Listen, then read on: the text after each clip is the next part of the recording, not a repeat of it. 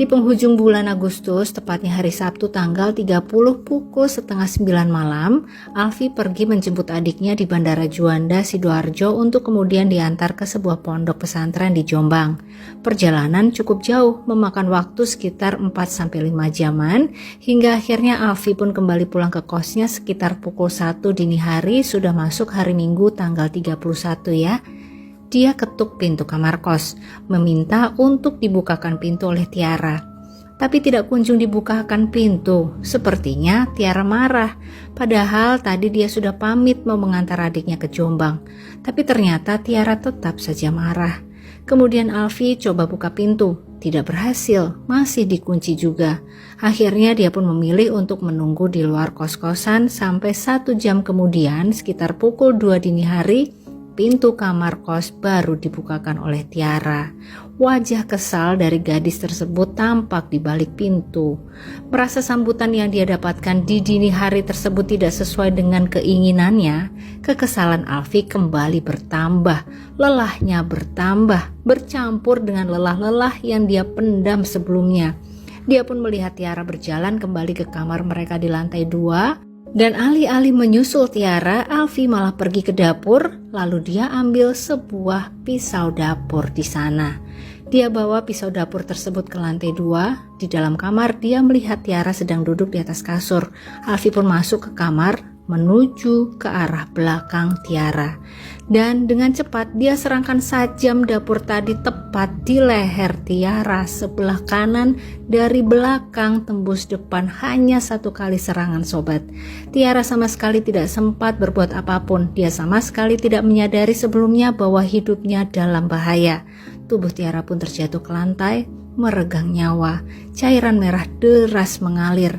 Sampai tidak lama kemudian Tiara menghembuskan nafas terakhirnya saat itu juga. Alfi telah menghabisi nyawa kekasih yang sudah 5 tahun dipacarinya tersebut. Kini dia berpikir bagaimana cara menghilangkan jejak. Alfi kemudian menghabiskan malam untuk menyelesaikannya.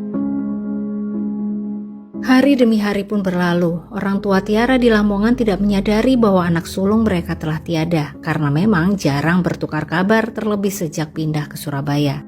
Sementara itu, hari Sabtu tanggal 6 September 2025 di kawasan Semak Belukar di tepi Jalan Raya Pacet Cangar, Mojokerto, Jawa Timur, seorang pria bernama Suliswanto, warga Dusun Pacet Selatan, sedang mencari rumput untuk pakan ternak di jam 10:30 siang. Tengah perjalanan di antara semak-semak tersebut, Sulis menemukan secuil daging. Dia tidak curiga awalnya karena dalam benaknya itu adalah daging hewan liar dari arah Taman Hutan Rakyat. Tapi beberapa langkah kemudian, sekitar 2 meter ke depan, benaknya betul-betul terganggu ketika dia menemukan sepotong telapak kaki kiri manusia. Tidak mungkin kaki hewan. Dengan sigap Sulis pun melaporkan penemuannya ini ke Polsek Pacet Polres Mojokerto, dan seketika lokasi tepi jurang tersebut menjadi ramai oleh para petugas yang hendak melakukan penyelidikan dan juga warga yang ingin tahu. Polisi menyisir seluruh lokasi yang dekat dengan tempat ditemukannya bagian tubuh tadi. Benar saja sobat, mereka menemukan banyak jaringan tubuh yang tidak bisa diidentifikasi dan tidak ada identitas diri yang ditemukan di sana. Bantuan anjing pelacak pun mereka kerahkan. Sampai akhirnya menjelang maghrib sekitar pukul 5 sore, seekor anjing pelacak berhasil menemukan bagian penting dari teka-teki ini, yaitu potongan berupa pergelangan tangan kanan. Bisa diidentifikasi. Maka segera saja mereka bawa pergelangan tangan kanan, telapak kaki kiri, dan 63 jaringan tubuh lain yang berhasil mereka temukan saat itu ke Rumah Sakit Bayangkara Pusdik Porong untuk proses identifikasi. Dan hanya berselang sekitar 2 jam kemudian, identitas pemilik bagian tubuh tersebut berhasil diperoleh. Dia adalah Tiara Angelina Saraswati, kekasih Alfi Maulana yang telah tiada sejak sepekan lalu.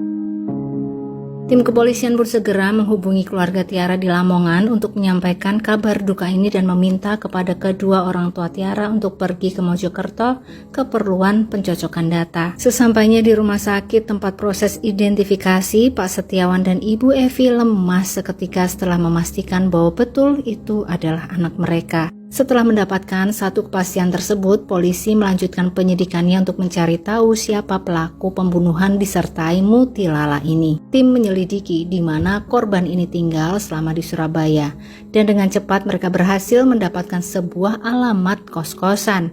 Mereka juga telah mendapatkan satu nama terduga pelaku. Persiapan penyergapan pun segera dilakukan. Proses penyergapan tersebut terjadi pada tanggal 7 September 2025 pukul 1 dini hari, sangat cepat sobat, tidak sampai 12 jam dari identifikasi.